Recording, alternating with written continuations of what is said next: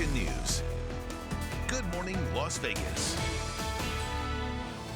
It is party time. Some hotels and casinos across the valley are finally back in business. We have a live look right now from Chopper 13 out near Fremont Street. We also have crews on the Strip and downtown to give you an inside look at what's open and what you can expect next time you visit. You can see Kelsey McFarland down by Fremont Street. We have Nina Porciucola out by Treasure Island. Justin, we're checking in with him right now because it is a first alert action day and temperatures could reach 107 in some parts of the valley. He is outside with us this morning. We'll check in with him in just a little bit out at Caesars Palace. But first, thank you so much for joining us here on Good Morning Las Vegas as we air this beautiful music to get you excited for the reopening. It's Viva Las Vegas, time to revive our economy and reopen. For the first time in 11 weeks, the Strip is back in business. So let's kick things off with the heat. Justin Bruce joining us live right now from Caesars Palace. First alert action day, you finally took off that suit jacket. I'm guessing it's already warming up outside. Yeah, you gave me a tough time, and with good reason. It's in the mid 80s outside early this morning as the sun comes up, so you need to dress for the warmth, and I wasn't doing that, but now I am. We're outside of Caesars Palace, where they will have a grand reopening at 10 o'clock this morning. For now, things still fairly quiet on this little stretch of the Strip, but it'll be picking up. Let's talk about the weather. 83 right now at McCarran. It's a warm morning. We're 84 in North Las Vegas, 74 at Nellis. That sounds a little better. Hey, by the afternoon, the hottest day we've seen so far. We are talking about temperatures that will head to 107 degrees this afternoon. Hottest day so far this week, so that is why we've got that excessive heat warning, which starts at 11 a.m. and runs through 8 p.m.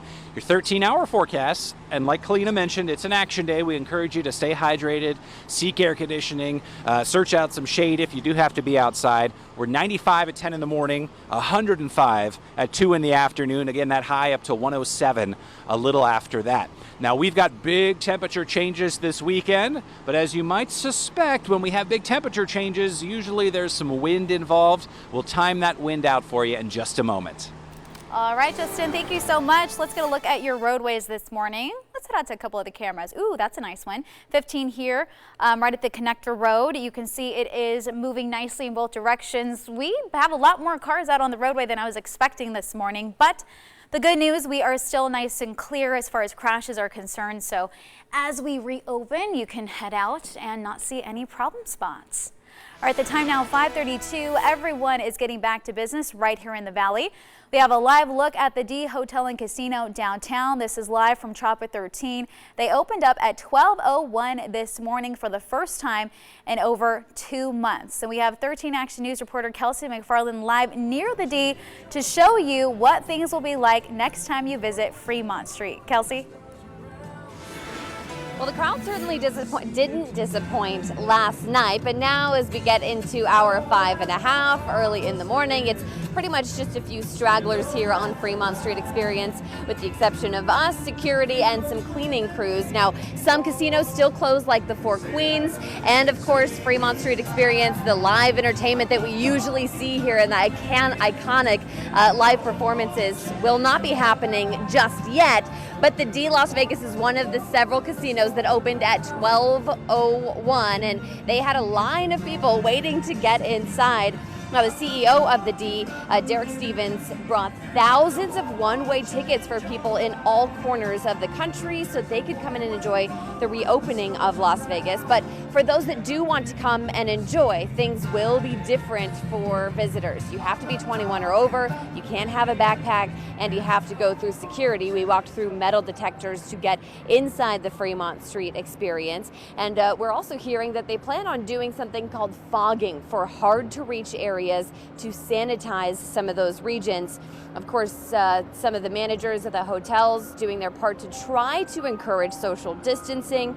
And other commodities like Slotzilla will be open later on this afternoon. We're hearing 4 p.m. For now, reporting live, I'm Kelsey McFarland, 13 Action News. All right, Kelsey, thank you so much. Also reopening today, Treasure Island Hotel and Casino out on the Strip. And that is where we find 13 Action News anchor Nina Porciucola joining us live right now. Nina, how's it going for you over there? I know they're not open yet, but it could get a little exciting not too far away from now. Yeah, that is exactly right. I am standing right at the entrance, close to Las Vegas Boulevard out here. Not sure if you can hear it, but we have some music pumping through the speakers right now. And also right where I'm standing, we have the fountains turned on. You can see the ship brightly lit out here, the siren ready to welcome guests with open arms. She's actually pointing right at the entrance. That tells people the doors open right at 9 a.m. today. And once the doors are unlocked, the casino, parking garage, and gift shop will be open 24 hours. The pool, some bars, restaurants, and wedding chapel will be open during business hours. Also reopening today, the Marvel Avengers Station at 11 a.m. For all the Marvel fans out there. TI's Race and Sportsbook is opening tomorrow though, June 5th. Now as far as the new safety measures, the casino will enforce social distancing. It will also provide employees and guests with hand sanitizer. Every employee will be required to wear a face mask as well. And TI will also clean rooms more frequently. Now this is something we've seen all major resorts implement. But not all restaurants and bars are reopened today or sometime this week. The best way to know though if they're going to reopen is if you head down here, it's to check the treasureisland.com website. That is the best way to know whether the favorite bar you're checking out or the restaurant you want to check out is going to reopen anytime soon. For now, reporting live, Nina Pershunkla 13, Action News. All right, Nina, thank you so much. Well, the Red Rock Hotel and Casino also reopened overnight. And we have 13 Action News digital reporter Jorge Mendaca, who was there to talk to guests as they headed on in. It's been 78 days since the COVID-19 pandemic forced casinos to shut down all around Las Vegas. But at 12:01, everything changed. Things are slightly different, but everybody's happy that they're able to return. For locals like Shannon and Terrace Diaz, they are happy the wait is over. We've been waiting. We wanted to be here right when it opened, so it's a good thing. Just to feel it, feel the real Vegas. Casinos are open again, but terms that did not exist before the closures, like social distancing, have altered the experience. So we've implemented our Play It Safe campaign, which prioritizes safety of our guests and our team members. Joe Yalda, VP of Guest Experience at Red Rock Casino Resort and Spa, explains the new reality for casinos. As soon as they walk in, they walk through a very non-invasive thermo-imaging scanning, which will check their temperature, and from that moment on, they'll be physically distanced. And you'll see, as soon as you walk in, you'll run into your first hand sanitizer station or your hand wipe station. And we have over 170 located strategically throughout the whole casino floor. In addition to these safety protocols, all station casino employees will be wearing masks. Guests will have the option of wearing them as well. That's not the only change you'll see inside the casinos. As you notice on our slot machines, there's chairs removed, so every other chair is removed for people to sit and be physically distanced apart. And then when you look at the craps table, we've lowered the number of guests on that table too. But that hasn't changed the enthusiasm for locals or tourists, like Davi Herrera, who resides in New York. They're finally opening, and we're thankful for that. And it's like going back to school first day of class. We're excited. So it was a very pleasant experience. The new focus is on safety, but like before, the priority remains having fun. Reporting from Red Rock Casino, Jorge Mendaca, 13 Action News. Well, several other hotels and casinos across the valley are finally welcoming guests back again, and we have a full list of all the places that are opening up on our website. Just head over to ktv.com/reopening phase 2. Well, right now, the Congressional Black Caucus is working on police reform proposal. It's still in the early stages, but some of the proposals include a federal chokehold ban, a review of police training standards, and changes to the doctrine that protects officers from legal liabilities. A criminal justice expert says in the past, national outcries for change has pushed the federal government to step in, saying the continued protest and media attention may be a big step towards some serious reform. Well, cities across the U.S. have put curfews in place because of the protests. Now, that allows law enforcement to stop or arrest anyone on the street after curfew. We spoke to an expert on policing, and she tells us that curfews are mainly about separating those hiding in the crowd to incite violence and to protect the demonstrators. It doesn't necessarily give power. It gives them the ability to contain better whatever it is that they need to contain, whether it's rioting, whether it's looting, whether it's unlawful gathering of people. The ACLU has criticized curfews as unfair and unconstitutional, saying it gives police too much discretion over who to arrest.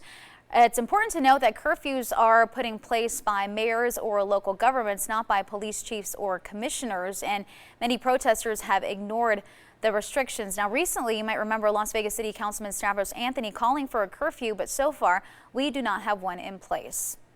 New details in the death of George Floyd. The county autopsy shows he was positive for COVID-19. Now, that came from a nasal swab performed after his death. The autopsy also showed Floyd's neck was compressed for 8 minutes, but says that his death is due to cardiopulmonary arrest or stopping of the heart. An independent autopsy commissioned by Floyd's family lists asphyxiation from sustained pressure as the cause of death. Let's get you up to speed here on the coronavirus cases in the Valley. The weekly cases seems to be dropping. Over the past week, we've seen more than 500 new cases. The week before, though, there's more than 900 new cases. According to the state health department, there are nearly 9,000 COVID-19 cases in our state and 429 deaths. Some promising news right now. A coronavirus vaccine could just be a few months away. Dr. Anthony Fauci says the vaccine being developed by Moderna should be ready for its final phase of testing by midsummer. That would involve giving the vaccine to about 30,000 people between the ages of 18 and 55. They'll also test its effectiveness in some elderly and people with underlying health conditions. Dr. Fauci says if those trials go well, he expects 100 million doses of the vaccine to be available by the end of next year. Well, this morning, the Bellagio will reopen its doors to guests. We'll tell you what they're doing to keep everyone safe.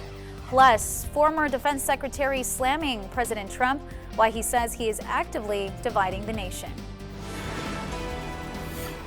Got temperatures headed to 107 degrees this afternoon. We're live at Caesars Palace. They'll be reopening at 10 in the morning. We know, by the way, it'll be about 95 degrees. Big drop in temperatures coming your way this weekend, but it also comes with some wind. We've got a lot to talk about in your 7-day planner.